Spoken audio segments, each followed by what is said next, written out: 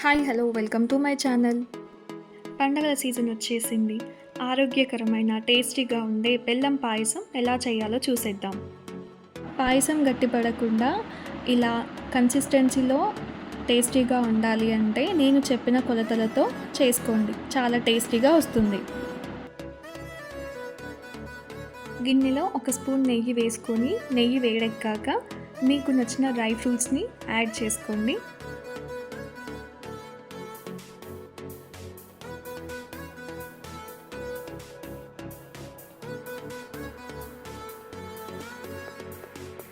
ఇప్పుడు డ్రై ఫ్రూట్స్ని పక్కన పెట్టేసి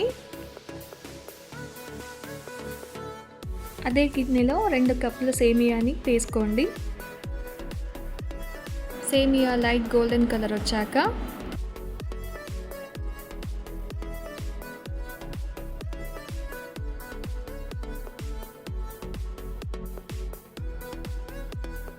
వేడి చేసుకున్న గోరువెచ్చని 2 గ్లాసుల పాలని యాడ్ చేసుకోండి.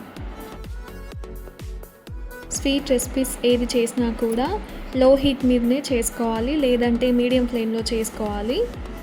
అలా అయితేనే స్వీట్స్ చాలా టేస్టీగా వస్తాయి. ఇలా స్వీట్స్ రెసిపీస్ ఏమైనా చేసినప్పుడు స్టార్టింగ్ నుంచి ఎండింగ్ వరకు గరిటెతో కలుపుతూనే ఉండాలి. అప్పుడైతే అడుగంటకుండా చాలా టేస్టీగా ఉంటుంది. ఇలా పాలు పొంగుతున్నాయంటే సేమియా ఉడికినట్టే అర్థం. ఇప్పుడు ఒక గ్లాస్ వాటర్ని యాడ్ చేసుకొని కలుపుకోవాలి.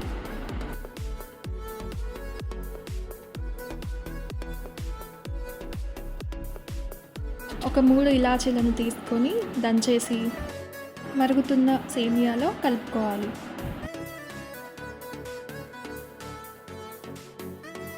ఇప్పుడు బెల్లాన్ని కూడా వేసుకోవాలి.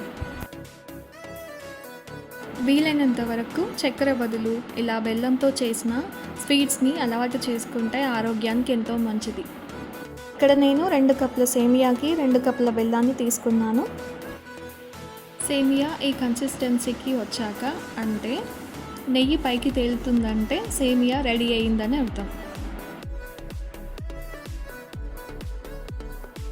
వేయించుకున్న డ్రై ఫ్రూట్స్ని ఇలా సేమియాలో యాడ్ చేసుకొని వేడివేడిగా ఉన్నప్పుడు తింటే చాలా రుచిగా ఉంటుంది.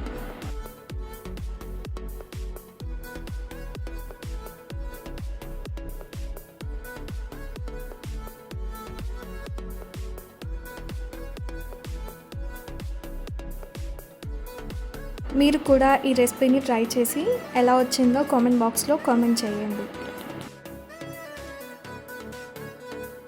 Thanks for watching video. Please do like, share and comment.